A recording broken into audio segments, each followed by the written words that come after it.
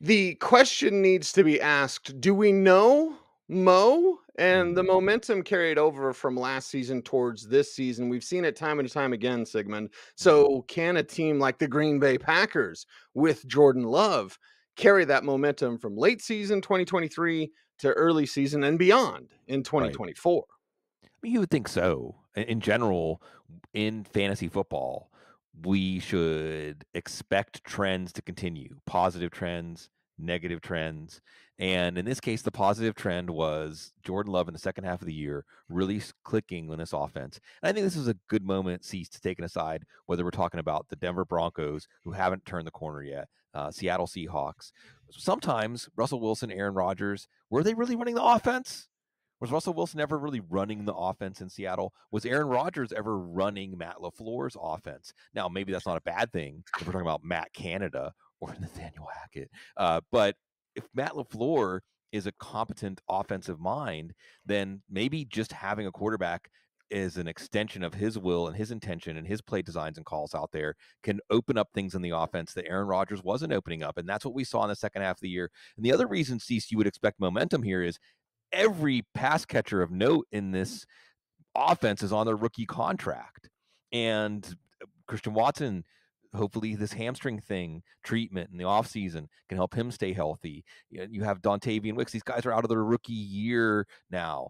Jayden Reed, right? These are players, Luke Musgrave, who got hurt last year, Tucker Kraft, who came on. So you also have an offense. You give Matt LaFleur an entire offseason to come up with ways to put defenses in binds because you can run 2 tight end sets with a lot of fun. You can run 3 wide receiver, even 4 wide receiver sets with a lot of fun. And, oh, yeah, you got that guy Josh Jacobs in the offseason to bolster the running game. And they drafted Marshawn Lloyd to give it a little different look. So now you can put defenses in a lot of compromising positions with a quarterback that executes and a lot of options. Yeah, and when you brought up Josh Jacobs, my mind immediately went to my love, Marshawn Lloyd, and think Mm-hmm. of that sort of speed and Mm-hmm. Mm-hmm. something that could go to that offense. And again, Bloom, you and I always talk about players can improve.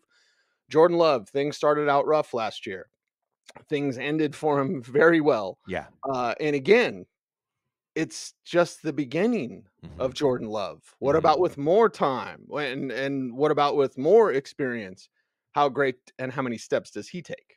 Yeah, and keep this in mind for a couple of conversations that come up periodically. One is being patient. Even just within a season, geez, Cease, we aren't patient year to year at all. I mean, No. this is why it's good at least to talk about what was happening at the end of the year. So we try to link these things together across off seasons. But even within a season, if we are just patient, because the Packers were patient, his teammates were patient with Jordan Love, and you can see how much this is going to affect the future of this team. And this also looms over the Michael Penix conversation in Atlanta and the patience that comes with waiting for that pick to bear fruit. And maybe the situations weren't exactly the same. Love didn't cost as much in the draft, blah, blah, blah. But if the quarterback hits, nobody remembers that. So I do think that Jordan Love could change the conversation about quarterbacks and quarterback development in a good way and change the conversation about which offenses you want to be in on in fantasy leagues right now. Or what about an offense with Dak Prescott and the Dallas Cowboys? It's like, okay, Dak's got to get paid. Jerry brought Zeke back. We're going to talk about it all, but it all Mm-hmm. begins with Dak and just kind of that situation. Like, we know he can play. We know they have talent around him. We know the running back position is questionable. But what kind of momentum can Dallas have this year? It is all Dak momentum, right? And see, before we dive into this, I'll just ask you, what is going on with not paying Dak Prescott? From your point of view, the best you can guess or solve for X being the state of mind of Jerry Jones and the Cowboys organization. Every time another quarterback gets signed before Dak, the price goes up. Don't they see that? Right. They do see that. Someone's holding Jerry back. It's probably Steven, Ooh. if I were to guess, right? That's just a guess. I know there's speculation like they'll get Shadur Sanders next year and Dion will be the coach. Like, Yeah. I don't think you want any part of that. No, Okay. Yeah. Now you want Shadur, but Shadur with Dion as a pro no, coach, like the no. rally stuff works in college where you can out recruit everybody. But it's a little clicky here in Colorado. I'll save that for another show, Bloom. So right now I don't really have the proper answer, just a guess. Yeah. Yeah, well, the point is that there's no rational answer to this. If you're planning on keeping Dak Prescott, could that really be it? Like you said, it invites speculation about the future of the quarterback position. But in the present, at least for fantasy football, as we're preparing for our 2024 drafts, remember the genius midseason adjustments on offense came from Mike McCarthy and Brian Schottenheimer. Really, that happened. And basically, it involved throwing a lot to CeeDee Lamb. So you can see in fantasy drafts that everybody buys CeeDee Lamb staying at that level he was at in the second half of the year. He's the number 1 wide receiver off the board. He's the number 2 pick behind Christian McCaffrey. But Dak Prescott is still in the 70s or 80s of drafts. This is part of an article I put out today, 10 ADP values that just don't make sense. Don't make no sense. And if you believe that CeeDee Lamb is going to set the pace at wide receiver, then part of that is Dak Prescott continuing to perform at the top 5 fantasy quarterback level he was at in the second half of the year. But those ADPs have not moved up together. I don't think that they're going to miss Michael Gallup. If anything, Jalen Tolbert on the rise, who has momentum. Talking about this subject, Jalen Tolbert has already overtaken Michael Gallup, okay? Jake Ferguson has momentum. He's saying in this offseason, you still haven't seen the best of me yet. I'm going to get better. And maybe the running back position is a deficiency, or look, Rico Dowdle, Ezekiel Elliott, Royce Freeman, these guys aren't going to add value, but they are going to at least be able to run the play as designed. And if this downfield pass offense and Dak Prescott is humming the way they did until they got to the playoffs, we won't talk about that kind of momentum. Right. Then this is going to continue to be a premier fantasy passing offense, even though Dak Prescott's ADP doesn't indicate that. And the other thing you have to add to momentum, fantasy momentum for Dak, is if the running game is not going to carry the mail when it's time to get it done, that's going to put even more on Dak's shoulders. I think he's ready for it. And I think that we could see him easily again finish as a top 3, top 5 fantasy quarterback. I think he's about quarterback 9 or 10 right now. Well, and his price just keeps going up because if you're not going to run the ball well, and they probably won't, what do? Short passes to supplement long handoffs. This is where Deuce Vaughn comes in the conversation. There's been some Jake Ferguson talk, right? He's like, I still got more to prove. I'm like, you're Ferguson Pendershot. You're the same guy. Schoonmaker, like you're the same guy. I mean, again, we give grace to players like who say, hey, well, they can be more. I'm like, I think Ferguson's kind of tapped out. But the Vaughn thing is interesting because he didn't do anything last year. He didn't look good last year. No. He looked lost last year. Now they're saying, like the reports out of Dallas are like, watch out for Deuce Vaughn. Okay, I mean, I'll watch. Liked him coming out of college, Bloom. Super disappointed in him last year. Yeah, very disappointed. Great story, but the prelude was to nothing. You turn the page, it was just a blank page, or again, maybe even showing why a running back of his stature is not one that the NFL usually is interested in. So you're right, Cease. They have to go back to the drawing board, figure out a way to use him to stretch the defense horizontally, and otherwise find a role for him in a backfield where it shouldn't be hard for a player that is so different than the other running backs they have to find a role. And then I guess we have to reserve some possibility that they trade for a running back, that they sign a free agent, that they make some other move, maybe even in season. This could be one of those situations where they see what they have in camp. Let's see around week 2 of camp if they make a move. Maybe we wait and see who's released at final cutdowns, see if they add somebody there. And maybe even 2, 3, 4 weeks into the season, once they see what they have at running back, they'll say, well, we need to do something, maybe even at the trade deadline. But the constant through all of that is still going to be Dak Prescott playing for a contract. How is this possible? Right. With Jerry, especially. How is it possible that Josh Allen doesn't have a Super Bowl? Oh, the Bills keep giving everything to the blankety blank Chiefs. Sorry, Chiefs fans. I know that their plan this year, Sean McDermott is trying to save his job. Okay, period. Point blank, that's 1000% happening. How he's going to approach it, I'm guessing, Bloom, Lassie Bark time, is they're going to take the ball away from Josh. Mm-hmm. That means they're going to emphasize Ray Davis, James Cook. They're going to emphasize the ground game, some short passes. Keon Coleman's the man. I love him. Had him mocked to the Bills in the first round. They get him in the second. Whatever is whatever. But it's like, okay, Buffalo, you had some Joe momentum. Is that what you called it, Bloom? Yeah. Yeah, Joe Brady. What about now when they're taking the ball away from him because McDermott wants to save his job? Yeah, and that's what they were kind of starting to do in the second half of the year. And is it momentum? I mean, I will say it's momentum in the sense that they played the Chiefs straight up. It's easy to pile on the bad vibes because it's Buffalo. It's so sad what the fan base has had to endure. So it's easy to think of last year as this colossal failure, a face plant. But the reality is you change any number of plays in that Buffalo Kansas City game, Buffalo wins, maybe goes on to win the Super Bowl, and we say finally.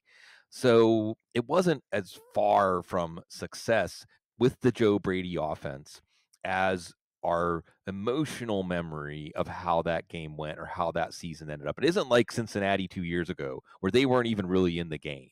Okay.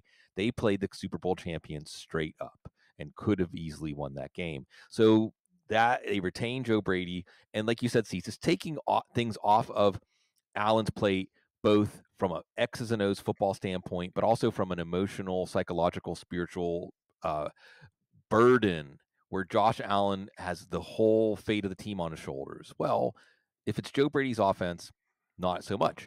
Now you take away Stephon Diggs. Well, Stephon Diggs wasn't really a big factor in the second half of the year anyway. So that actually kind of continues the momentum. Keon Coleman's not going to fill that void. Curtis Samuel's not going to fill that void, but Dalton Kincaid's going to get better. Khalil Shakir is going to get better. You're looking at more of a horizontal, you lose Gabe Davis, a horizontal passing game, a passing game that's going to set up run after catch possibilities. But cease, this all points back to James Cook. It all points back to James Cook. And again, he's one of my 1080Ps that don't make no sense right now because he was going around pick 60 to 65 last year. This year he's going around pick 50. So he's moved up one round. One round? Oh, okay. Well, he was a 13, 14 point a game PPR running back last year. But if we look at just after Joe Brady took over, it was Denver, by the way, that Buffalo fans, or is it New England? It was definitely a game that Buffalo went through that they thought they should have won. Ken Dorsey took the fall. Joe Brady takes over. Now, from then on, James Cook is a top 5 running back. So why isn't he being drafted at least as a top 12 running back? Because I think part of the design is maybe that it's not just Josh Allen, live or die by Josh Allen. It's not necessarily die by James Cook, but maybe live by James Cook. And don't be surprised if we're talking about James Cook as somebody that should have went in the second round of fantasy drafts. And Josh Allen rattled by his buddy getting fired.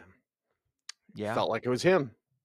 Felt like it was his responsibility. So how does he respond? Kind of wipe it away and continue that momentum. The conversation continues with the Las Vegas Raiders. Now they should have kept Rich Bisaccia, but they didn't. But Antonio Pierce, my Facebook friend, gets the full-time job, and now we'll see if they can carry some of that momentum over in an AFC West that just keeps getting tougher. It does. I think we have a couple of players we need to focus on here from a fantasy standpoint. First is Zamir White. Absolutely, it's Zamir White. What he did in the last 4 games of the season, they didn't make any significant moves at running back.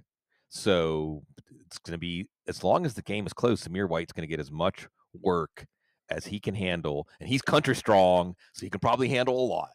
Yoke him up, and he's going to pull this offense. And he's going to pull your fantasy team as a 7th, 8th, 9th round pick. If this team is a competitive team under Antonio Pierce, which they were, and see, you're right to bring up Rich Bisaccia in the sense that, hey, you can learn from your mistakes. They should have kept the interim head coach that the team played for. They had an opportunity to do the same decision a few years later, and they got it right, I think, in terms of at least continuing the momentum they had at the end of the year last year. And the other player is Aiden O'Connell. And see, I'll ask you this. How much is Aiden O'Connell being treated as an incumbent here with Luke Getsy, with a new offensive coordinator, but the same head coach? And how much is this really an open quarterback competition between him and Gardner Minshew? I think Minshew could beat him out, unfortunately, and I like O'Connell. I would have liked to seen him go with a lesser backup, but hey, Minshew's going to compete with you, so yeah, go for it. I'd like to see O'Connell grow and develop. There is a ceiling to his development, but we're not there yet. perhaps what that means, if I'm reading you correctly, Cease, is if Aiden O'Connell is the week 1 starter, that means he accomplished something during training Yes, camp and preseason. very That much so. doesn't mean that they're saying, well, let's try to have a quarterback on a rookie contract so that then we can build. No. It means if he's the starter, he's earned the right to be the starter. Now this becomes really interesting because you have Brock Bowers. Let's not forget that. A lot of reporting, by the way, Tony Pauline, and everybody's going to have some rumors that miss. They're just reporting things. But I trust Tony Pauline enough to at least consider this. That it sounds like the Colts were really trying hard to move up for Brock Bowers unsuccessfully. Falls to the Raiders. And now you have Bowers and Mayer. You have Davante Adams. You have Jakobi Meyers. And remember, Jakobi Meyers helps in the running game. I want to reiterate this from last offseason if people didn't understand this. Jakobi Meyers was not a Hunter Renfrow replacement. Now, Hunter Renfrow is not there anymore. And Hunter Renfrow was already kind of out of the team's plans by then. You could see that. But he wasn't a Hunter Renfrow replacement. He was a Darren Waller replacement. Mm-hmm. And what they really lacked from Darren Waller was run blocking. And Jakobi Meyers is going to help a lot with that. So while Meyers' fantasy stock might be falling a bit because of the addition to Bowers, you see how this helps one Zamir White. You see how it helps Aiden O'Connell run to set up the pass.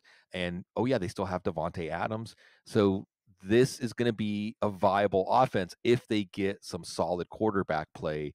So Aiden O'Connell, especially in your Superflex leagues, is a player that we could be talking about. Not quite like Brock Purdy. Okay, he's not going to be Brock Purdy. This isn't the San Francisco offense. But like Brock Purdy, he could defy expectations to establish himself as this team's quarterback. This show is about momentum, but it's also about attitude. And what about the attitude we have when you like, comment, share, subscribe? So please do that and hit that notification bell so that you never miss a vid. Our final team to discuss, plenty of attitude because plenty of Baker. Yeah. The baby maker. Let's talk about these Buccaneers and kind of, all right, a little bit of changes, but you got some Mo for sure. Good changes, though. Good changes. See, are you happy that no one's asking you anymore? Why do you call him the baby maker? He is actually the baby. He made a baby now, okay? Anyway, the baby maker, the people that are crying like babies are the teams that lose to the Bucs because this division should have been opened up for New Orleans or should have been opened up for Atlanta after Tom Brady retired, and it didn't because of Baker Mayfield. So there's change here. Dave Canales, and of course, if you like what Dave Canales did in Seattle and you like what he did in Tampa, then we could talk a little bit about Carolina. Not a momentum play because there was negative momentum coming out of last year for Carolina. Dave Canales maybe could get some positive momentum there. No, Dave Canales is gone. Ooh, bad. Oh no, who's going to be the offensive coordinator? Well, where does the Baker Mayfield revival story really start? Does it start in Tampa? No. It started with the Rams. L.A. Rams. Who was the offensive coordinator of that team? Liam Cohen. Wait, who's the offensive coordinator now of the Bucs? Liam Cohen. And Liam Cohen said, Baker was one of the main factors coming to this job was to work with Baker. So could it even get better? Remember, Liam Cohen is the guy who got Will Levis drafted in the first round, right? It's Liam Cohen. Because if you go on Will Levis's 2022, when Liam Cohen went to the Rams, work under Sean McVay, Will Levis did not look like a draftable quarterback, or at the very least, not a second-round pick, not somebody that is installed as a starter in the NFL, and let's see how you can do. It was the year before with Liam Cohen. And see, I remember all that conversation around the draft. We were saying, don't look at Will Levis's 2022. The offense changed, offensive coordinator changed. Look at 2021. I'm like, well, who's that offensive coordinator? The real headline is that offensive coordinator can make quarterbacks look really good. So you have momentum with Mike Evans, got another contract, played as well as he has in years. You have Jalen McMillan is an underrated addition to this team, by the way, because you didn't have a reliable third option in this passing game. Cade Otton's coming on. You had Bucky Irving. I think it's going to be an improvement over Chase Edmonds, but you have momentum from Rachaad White also. So, yeah, it's Atlanta's turn. It's New Orleans' turn. Not with Baker in the kitchen.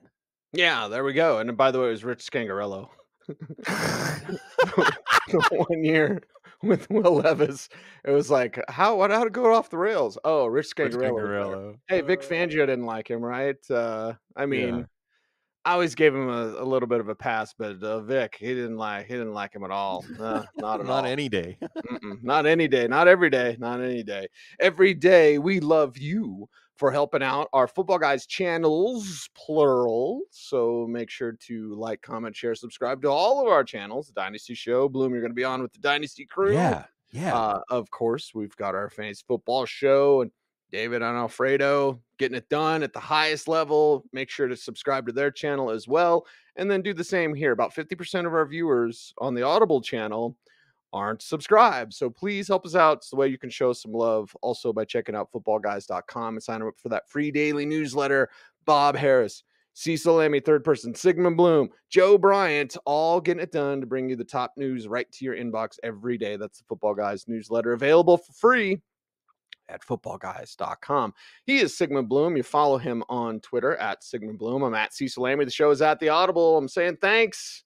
Stay tuned, and would you please stay frosty.